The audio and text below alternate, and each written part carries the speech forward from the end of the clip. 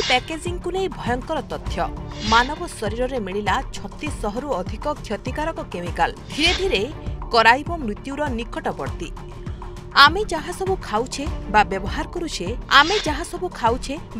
करुछे ताहा आम शरीर पई ठीक तो एमिति कहबार अर्थ आजिकाली अनेक बड़ बड़ कंपानीर प्रोडक्ट रे भी अपमिश्रण करा जाउछि अर्थात सेथिरे जेउ सब केमिकल मिसुछि ताहा शरीर पई विपद।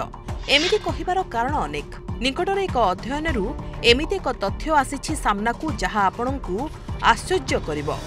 गत किछि दशंधि मध्यरे पैकेट खाद्यर धारा वृद्धि पाइछि किंतु आपण जानती कि एही खाद्य खाइबा द्वारा अनेक विपज्जनक रासायनिक पदार्थ मध्य शरीर को जाउछि काहेकि ना अध्ययनरू जणा पड़िछि जे पैकेजिंग रे व्यवहृत 3600 रासायनिक पदार्थ जहाँ मनुष्यक शरीर रे देखिबाकू मिलिछि यह निहाती भावे विपद काहेकि ना एथिरे एमिति किछि केमिकल रहिछि जहाँ स्वास्थ्य पई अत्यंत क्षतिकारक। एही नुआ अध्ययन को जर्नल ऑफ एक्सपोजर साइंस एवं एनवायरनमेंट एपिडेमोलॉजी पत्रिका रे अंतर्भुक्त करा जायछि। एही अनुसायी मुख्य गवेषक बिर्गिट जिओके तांको अनुसंधान आधार रे कहिसंती जे मानव शरीर रे 3600 रासायनिक पदार्थ मिलिछि सेठी मध्यरु प्राय 100टी रासायनिक पदार्थ जहाँ मानव स्वास्थ्य पई अत्यंत विपज्जनक।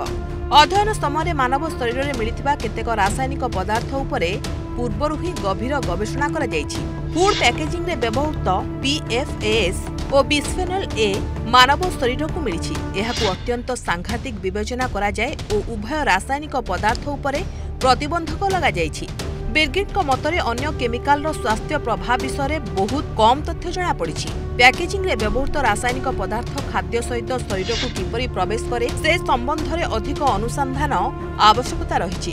अनुसंधानकारी माने 14000 खाद्य पैकेजिंग रासायनिक पदार्थ को तालिकाभुक्त करथिले। एही केमिकल गुडिक प्लास्टिक कागज काच धातु किंबा अन्य सामग्री रे हेउथुबा खाद्य पैकेजिंग जरिया रे शरीर भीतर को जाई थाए। एही रासायनिक पदार्थ खाद्य प्रस्तुति प्रक्रिया समय रे मध्य आसी पारे जेपरि कि कन्वेयर बेल्ट किंबा रोसई घर बासन द्वारा खाद्य माध्यम देई पेट को जाई थाए। गवेषणा बेले मानव शरीर अल्प संख्यक केमिकल मिलिबो बोली गवेषक माने आशा करथिले हेले अनुध्यान बेले 3601टी केमिकल मिलिछि। बिर्गिट एहा मध्य स्पष्ट करिसंती जे सबु रासायनिक पदार्थ केवल खाद्य पैकेजिंग द्वारा जे शरीर मध्य को जाईछि ताहा कहबा मुश्किल। अन्य कारणरू मध्य शरीर को केमिकल मिली थाई पारे। मानव शरीर रे बिस्फेनॉल ए मध्य मिलिछि जहाँ अत्यंत विपज्जनक। एहाकू प्लास्टिक तैयारी रे व्यवहार करा जाई थाए तेनु पैकेजिंग फूड को गरम करंतु नाही चेष्टा करंतु ताजा और तैयारी करी खाद्य खाइबाकू। तेबे एही अध्ययन आमको भाबिबाकू बाध्य करिछि जे आमे जेउ खाद्य खाउछु ताहा सुरक्षित तो। Bureau report Prameya news 7 digital.